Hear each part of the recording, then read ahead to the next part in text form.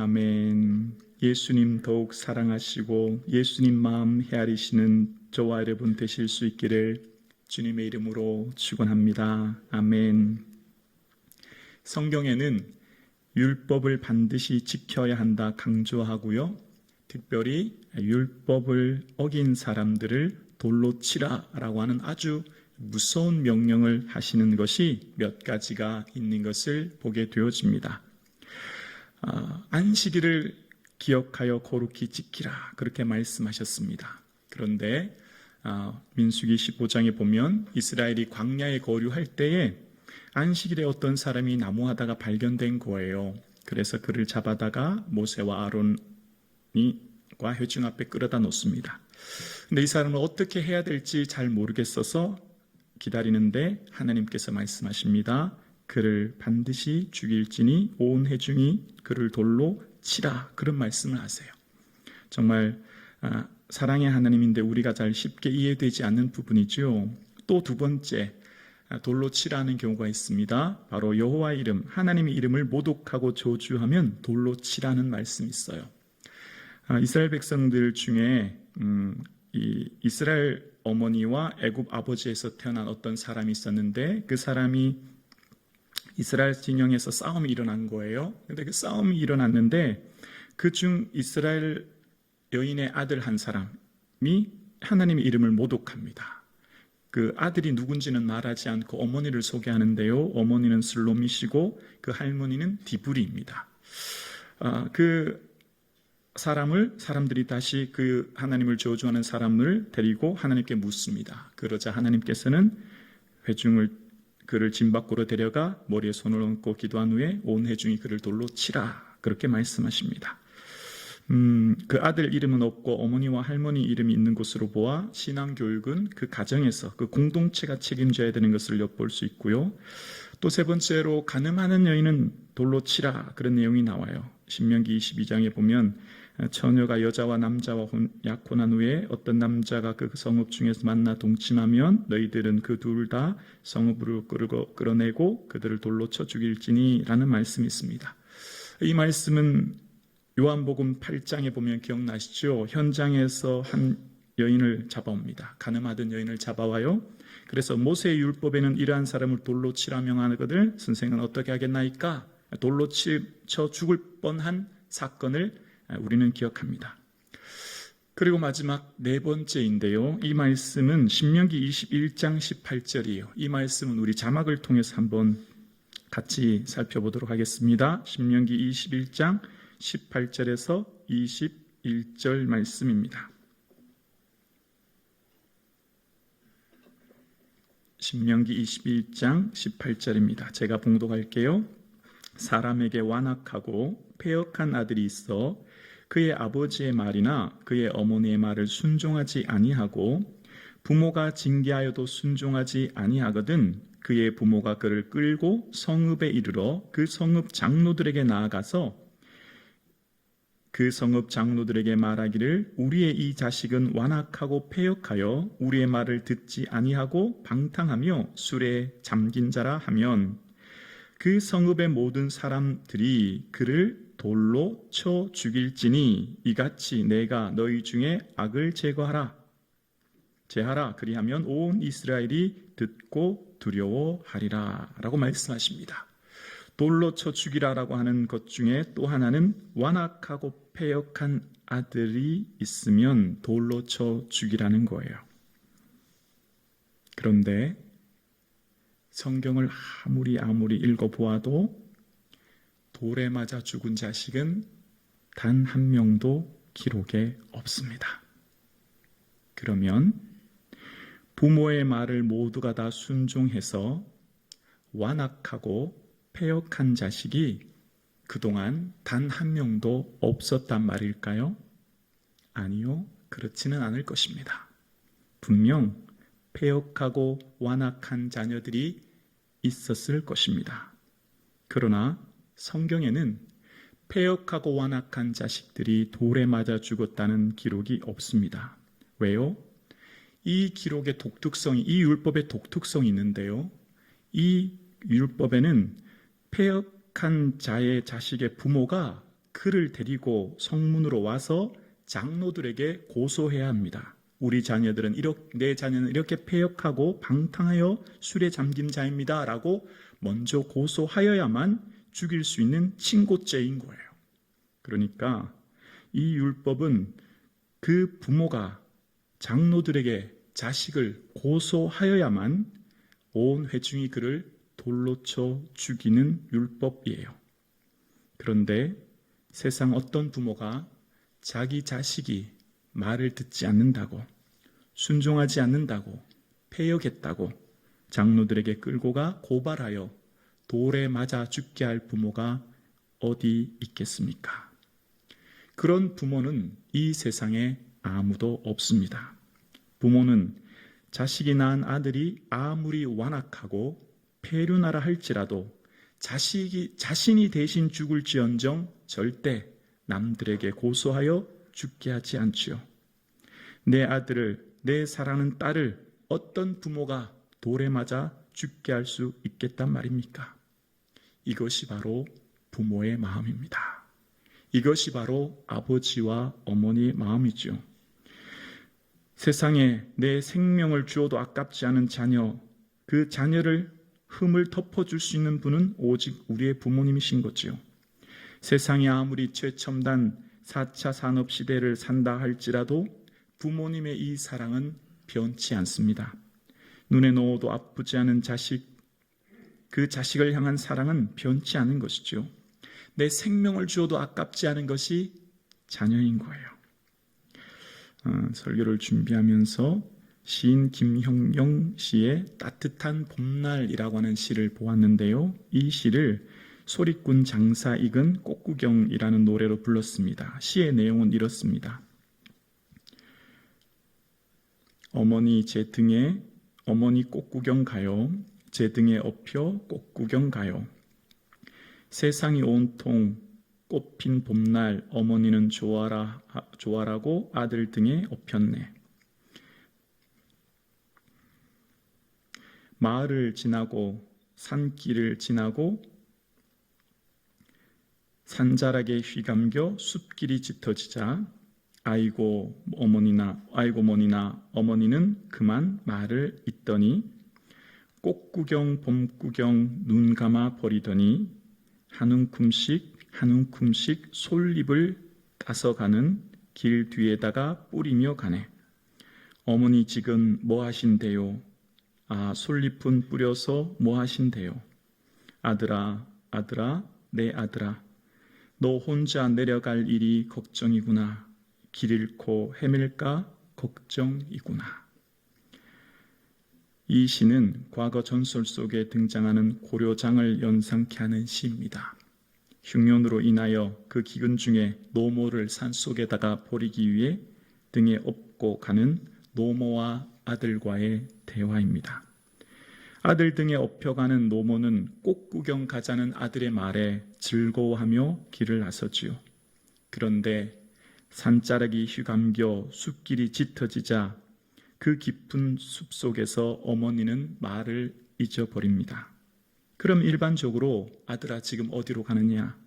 라고 묻던지 너 지금 나를 이 먼 곳에 데려온서 나를 버리려고 하느냐 호통치든지 꾸짖으려야 될 텐데 어머니는 아무 말 하지 않습니다. 아니요, 오히려 아들이 가는 그 길에 솔잎을 한 움큼씩 따서 뒷길을 뿌리면서 갑니다. 왜요? 아들아, 너 혼자 내려갈 일이 걱정이구나. 길 잃고 헤맬까 걱정이구나. 어머니를 버리고 내려가는 아들이 홀로 산길에서 길을 잃을까봐 염려하는 노모의 마음을 그린 시입니다. 세상의 어머니의 마음을 자식들이 이해할 수 없지요. 어머니의 그 사랑의 깊이를 깨닫기는 참으로 어렵지요. 그런데 오늘 본문의 신명기에 등장하는 그 패역하고 완악하고 부모님 말씀에 잘 순종하지 않은 아들이 오늘 본문에 등장합니다. 바로 오늘 본문에 등장하는 둘째 아들입니다. 둘째 아들은 아버지에게 아버지요, 제 재산 중에서 돌아올 분깃을 내게 주소서라고 이야기합니다. 이 말은 아버지, 나에게 아버지는 돌아가신 거나 마찬가지입니다. 이런 의미가 담겨져 있어요. 왜냐하면 이때 당시 유산은 그 부모가 죽어야만 물려줄 수 있는 것이 유산이거든요.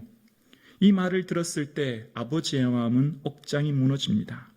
내가 지금 병이 들어 누워 있는 것도 아닌데 아버지의 마음은 너무나 가슴 아프지요. 그러면 우리 같으면 이놈아, 내가 지금 등 따시고 배부르니까 쓸데없는 소리를 하구나 라고 생각하고 혼을 낼 수도 있는데, 아니면 신명기의 율법 따라 그 아들을 데리고 성읍 장로들에게 데려가서 이 아들이 지금 패역한 자식이니 이 아들을 처분해 달라고 고소해도 되는데 그렇게 하지 않습니다. 아버지는 아무 말 하지 않고 그 살림을 각각 나누어 주었더니 라고 기록하고 있는 것을 보게 되어집니다.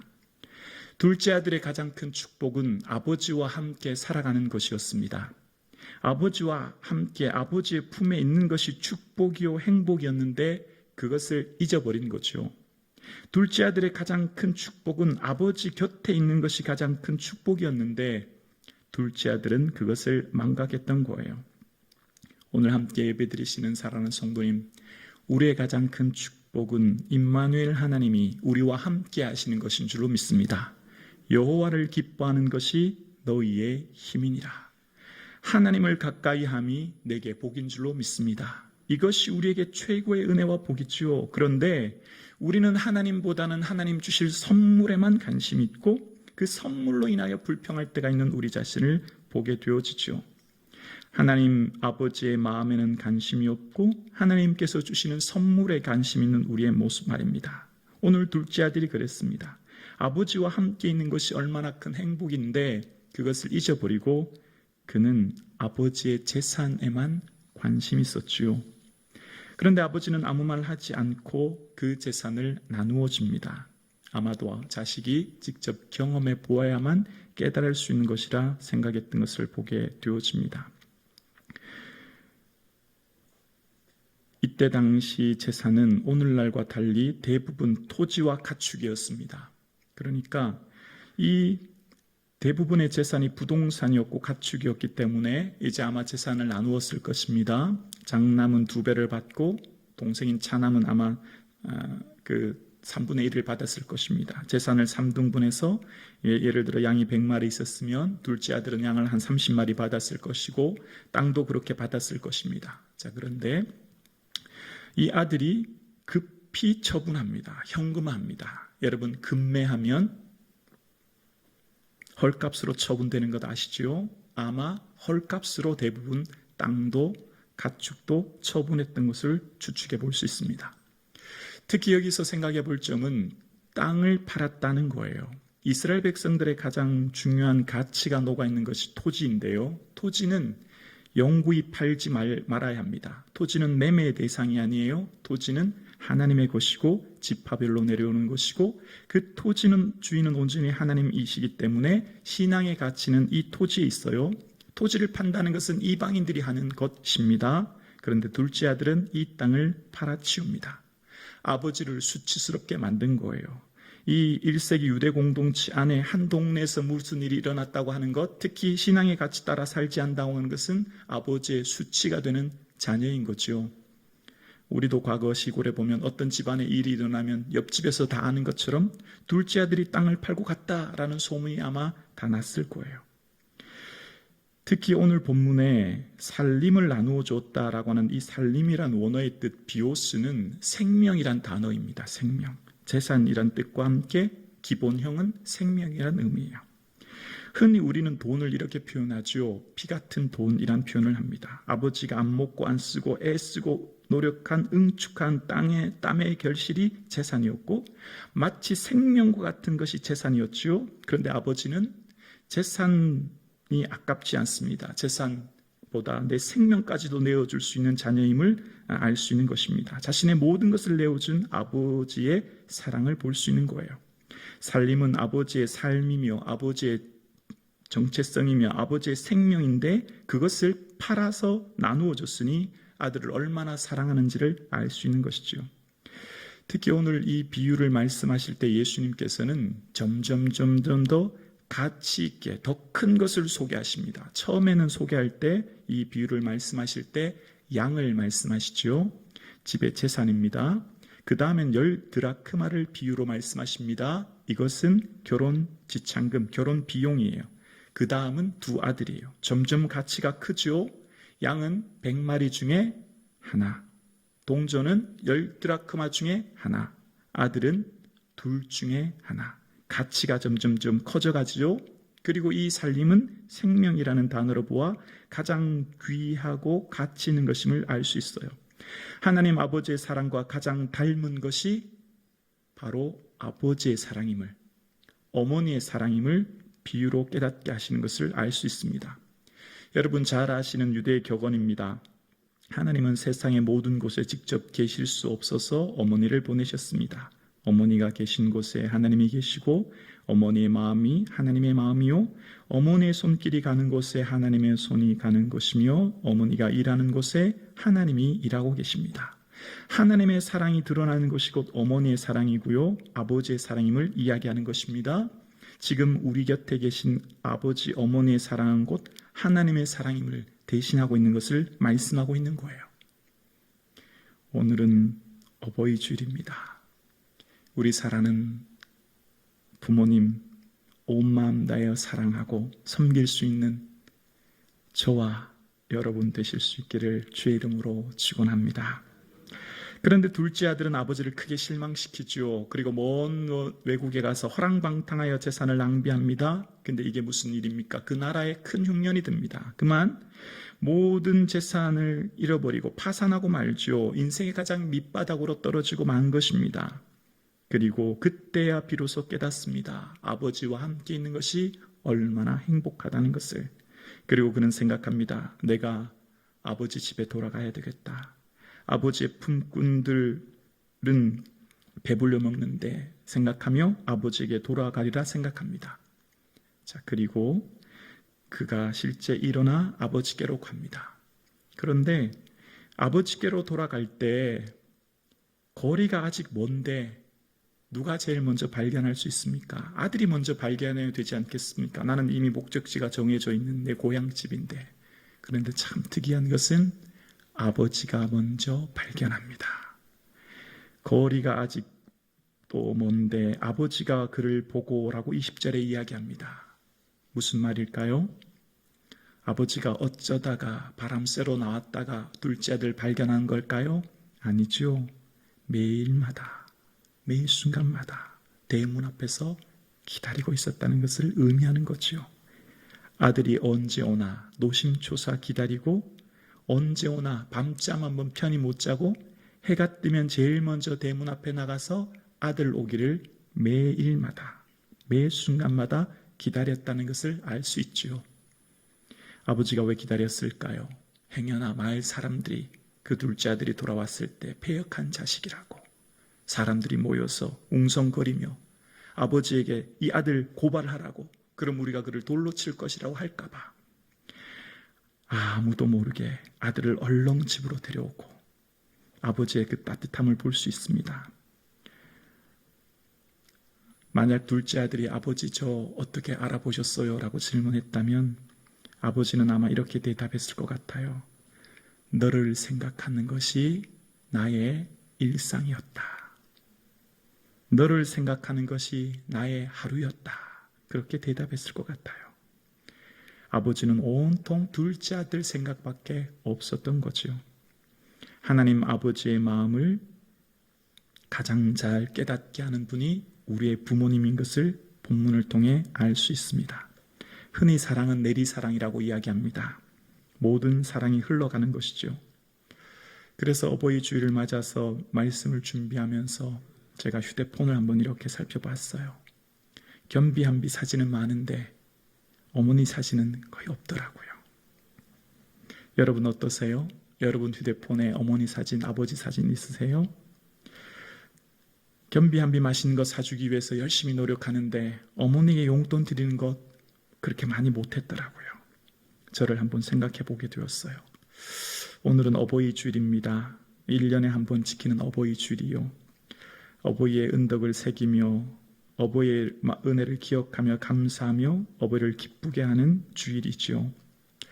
부임한 지 몇 해가 되었지만 사실 어버이 주일 설교를 거의 잘 하지 못했습니다. 아마 오늘이 두 번째 같아요. 그냥 넘어갔던 것 같아요. 왜냐하면 설교는 말이 아니라 설교자의 삶을 고백하는 거지 않습니까? 제 스스로가 효를 잘 실천하지 못한다고 저는 생각이기 때문이에요. 시골에 저희 노모가 생존해 계십니다. 6.25 전쟁 때 초등학교를 다니셨기 때문에 그 초등학교도 제대로 졸업을 하지 못하셨죠. 일찍이 부모님들이 인사하셔서 가문 때 가문이 만나셔서 어머니는 아버지 얼굴도 보지 못한 채 이제 결혼하셨다고 합니다. 결혼하시자마자 아버지가 일찍 편찮으셔서 시골에 있는 많은 땅을 팔아야 했고, 그래 당연히 경제적으로 힘들었죠. 저는 늘 어렸을 때 생각하면 어머니 내일 학급 회비 내야 돼요 라고 얘기하면 어머니는 뒷집 가서 빌리고, 어머니 내일 참고서 사야 돼요. 그럼 앞집 가서 빌리고, 늘 빌렸던 그런 생각이 많이 나요. 그래서 제가 초등학교 때 뭘 사고 싶어도 잘 얘기를 못했던 기억이 납니다. 그래서 얼른 커서 내가 어머니에게 효도해야지 라고 생각한 게 목사였어요. 목사는 돈이 많은 줄 알았거든요. 목사님이 신방 오면 막 맛있는 거 많이 사주고 멋진 걸 주시니까. 가끔 시골에 내려갑니다. 모친을 뵙고 오는데 돌아오면 며칠 동안 마음이 너무 힘듭니다. 뵐 때마다 많이 늙으시는 거예요. 그래서 참 마음이 힘들어요. 그런데 저의 어머니 아버지는 시골에 계신 저의 모친 한 분이 아니라 여기 앉아 계신 장로님, 권사님이 저의 아버지이시며 저의 어머니이십니다. 그래서 여기 계신 은퇴하신 장로님, 권사님들이 제 어머니 아버지이신데 자주 찾아뵙고 또 필요한 건 없는지 섬겨야 되는데 그렇게 잘 하지 못하는 저를 좀 보게 되었어요. 연세 드신 권사님들 생각하면 마음이 너무나 아픕니다. 편찮으신 권사님 뵙고 나면 하루 종일 마음이 너무 아파요. 권사님, 성도님들 편찮으신데 할 수 있는 것은 없고 점점 연세는 들어가고 기억력도 흐려지고 내가 할 수 있는 것이 한계가 있고, 그래서 뵙고 나면 또 전화하고 나면 마음이 얼마나 무겁고 힘든지 몰라요. 사랑하는 성북중앙 가족 여러분, 특별히 이 자리에 계신 우리 모든 젊은 집사님, 권사님들, 오늘은 어버이 주일입니다. 생전에 계신 우리 어머니, 아버지를 잘 섬길 수 있기를 주의 이름으로 축원합니다. 또 여기 앉아 계신, 함께 예배드리시는 우리 옆에 계신 은퇴하신 장로님, 권사님, 집사님들이 나의 어머니이며 나의 아버지이십니다. 교회는 가족 공동체이거든요.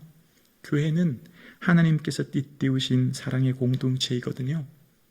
지금 여기 계신 우리 연로하신 권사님, 장로님들, 나의 어머니며 아버지심을 기억하고 고백하고 함께 섬길 수 있는 그런 믿음이 저와 여러분에게 있을 수 있기를 주의 이름으로 축원합니다.